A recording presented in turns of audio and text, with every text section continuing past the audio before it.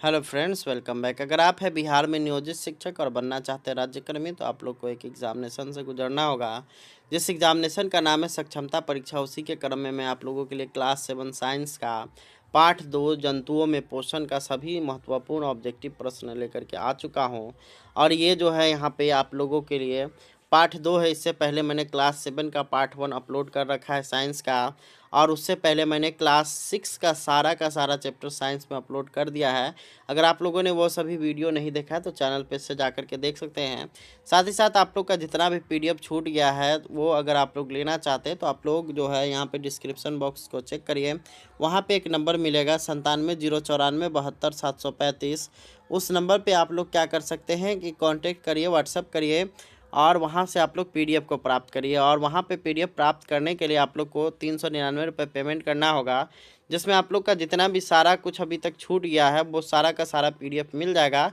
और आप लोग को जो है आने वाले समय में परीक्षा तक डेली 4 पीडीएफ मिलता हुआ रहेगा, इसी तरह से चैप्टर वाइज। तो चलिए हम लोग शुरू कर लेते हैं इस वीडियो को। यहाँ पे आप लोग का पहला क्वेश्चन है कि अमाशय की आकृति कैसी होती है। तो अमाशय जो है हमारा, उसकी आकृति यू आकार की होती है, यानी कि ऑप्शन नंबर बी बिल्कुल इसका राइट हो जाएगा। अगला यहाँ पर सवाल आता है कि अमीबा भोजन कैसे पकड़ता है। तो अमीबा का जो भोजन पकड़ने की जो भोजन पकड़ने के लिए जो काम करता है, उसको जिस चीज़ से पकड़ता है उसको पादाप बोलते हैं, यानी कि ऑप्शन नंबर डी बिल्कुल इसका राइट हो जाएगा। अगला यहाँ पर आता है कि मधुमक्खी एवं मरमर पक्षी में खाद्य अंतर्ग्रहण की विधि का नाम क्या है। तो यहाँ पे देखिए, मधुमक्खी और मरमर जो पक्षी है कि उनका जो अंतर्ग्रहण की विधि है उसको चूसना बोलते हैं, यानी कि ऑप्शन नंबर सी बिल्कुल इसका राइट हो जाएगा। अगला यहाँ पर आता है कि पाचन तंत्र के किस भाग में भोजन में कोई परिवर्तन नहीं होता है। ऑप्शन नंबर ए है ग्रसिका, बी है आपका अमाशय, सी है पित्ताशय और डी है आपका अग्नाशय। तो ग्रसिका एक ऐसा भाग है जहाँ से आप लोग के भोजन में किसी तरह का कोई भी परिवर्तन नहीं होता है। अगला यहाँ पर आता है कि कौन सा जानवर रोमंथी है। ऑप्शन नंबर ए हो गया गाय, बी हो गया बिल्ली, सी हो गया चूहा और डी हो गया आपका छिपकली। तो रोमंथी अगर बात करेगा तो इसमें गाय है, वो आप लोग का बिल्कुल राइट हो जाएगा। अगला यहाँ पर आता है कि दंत क्षय का क्या कारण हो सकता है। ऑप्शन नंबर ए है, कारण नहीं है। ऑप्शन नंबर ए है चॉकलेट, बी है आपका मिठाइयाँ, सी है ठंडे पे और डी है सलाद। तो आप अगर ज़्यादा चॉकलेट खाइएगा, ज़्यादा मिठाइयाँ खाइएगा और ठंडा पे यानी कि कोल्ड ड्रिंक ज़्यादा पीजिएगा तो आपके दांत में प्रॉब्लम हो सकता है, क्षय हो सकता है, परंतु ज़्यादा सलाद खाने से आपको किसी भी तरह का कोई भी दिक्कत नहीं होगा। तो ऑप्शन नंबर डी इसका बिल्कुल राइट हो जाएगा। अगला यहाँ पर आता है कि मनुष्य की पोषण प्रणाली क्या कहलाती है। ऑप्शन नंबर ए हो गया स्वपोषण, बी हो गया विषम पोषण, सी हो गया सम पोषण और डी हो गया इनमें से कोई नहीं। तो मनुष्य की जो पोषण प्रणाली है वो आपका विषम पोषण में आता है, यानी कि ऑप्शन नंबर बी बिल्कुल इसका राइट हो जाएगा।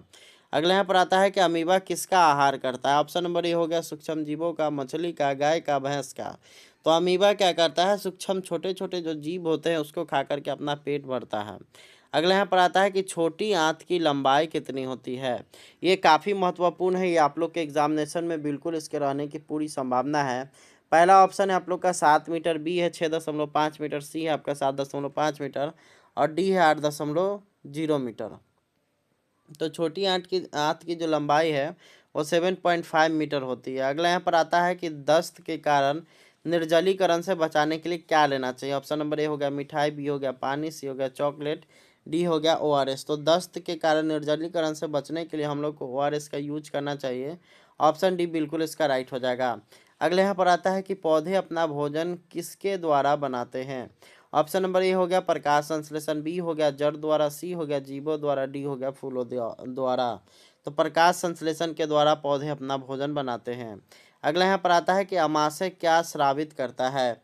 तो अमाशय के द्वारा जो है यहाँ पे श्लेष्मल, पाचक रस, हाइड्रोक्लोरिक अम्ल, ये तीनों प्रदान किया जाता है, इसलिए उसका ऑप्शन नंबर डी हो जाएगा उपरोक्त सभी।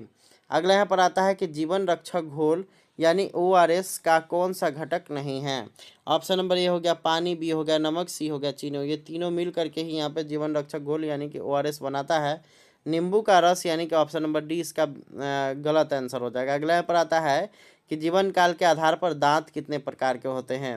ऑप्शन नंबर ए हो गया आपका 3, बी हो गया 4, सी हो गया 2 और डी हो गया 6। तो इसका जो आंसर हो जाएगा वो हो जाएगा 2, क्योंकि जीवन अगर बात करिएगा जीवन काल के आधार पर यहाँ पे दांत का प्रकार दो हो जाएगा। एक होता है जो दांत टूट करके फिर से दोबारा यानी कि दूध वाला दांत, और एक होता है अस्थायी दांत, यानी कि ऑप्शन नंबर सी बिल्कुल राइट हो जाएगा। अगला यहाँ पर आता है कि पाचन में सबसे पहले प्रक्रिया कौन सी होती है। ऑप्शन नंबर ए हो गया आपका पाचन, बी हो गया अवशोषण, सी हो गया अंतर्ग्रहण और डी हो गया निष्कासन। तो अंतर्ग्रहण जो होता है वो सबसे पहले होती है, यानी कि ऑप्शन नंबर सी। अगला यहाँ पर आता है कि बड़े आंत की लंबाई कितनी है। ऑप्शन नंबर ए हो गया 1 मीटर, बी हो गया 2 मीटर, सी हो गया 1.5 मीटर, सी हो गया डी हो गया 3 मीटर। तो ये हो जाएगा आपका सी, यानी कि 1.5 मीटर इसका बिल्कुल राइट हो जाएगा बड़ी आंत की लंबाई।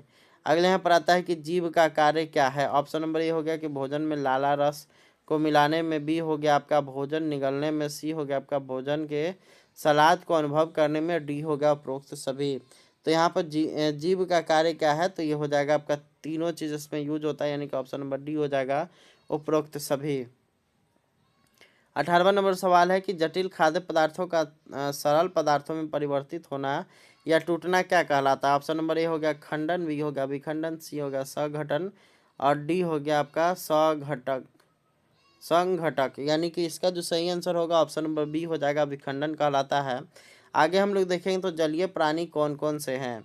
ऑप्शन नंबर ए हो गया मछली, बी हो गया कछुआ, सी हो गया मगरमच्छ और डी हो गया उपरोक्त सभी। ये तीनों जो है आपका जलीय प्राणी है, तो ऑप्शन नंबर डी बिल्कुल इसका राइट हो जाएगा। अगले यहाँ पर आता है कि मानव और जंतुओं में शिशु अपना भोजन कैसे ग्रहण करते हैं। ऑप्शन नंबर ए हो गया खाकर, बी हो गया पीकर, सी हो गया निगल कर और डी हो गया आपका चूस कर। तो मानव और जंतुओं में शिशु जो अपना भोजन ग्रहण करते हैं वो पीकर ग्रहण करते हैं, यानी कि ऑप्शन नंबर बी बिल्कुल इसका सही हो जाएगा। अगले यहाँ पर आता है कि मधुमक्खी और मरमर पक्षी अपना भोजन कैसे ग्रहण करते हैं। तो मधुमक्खी और मरमर पक्षी जो अपना भोजन जो ग्रहण करते हैं वो पौधों का मकरंद चूस कर करके ही वो अपना ग्रहण करते हैं।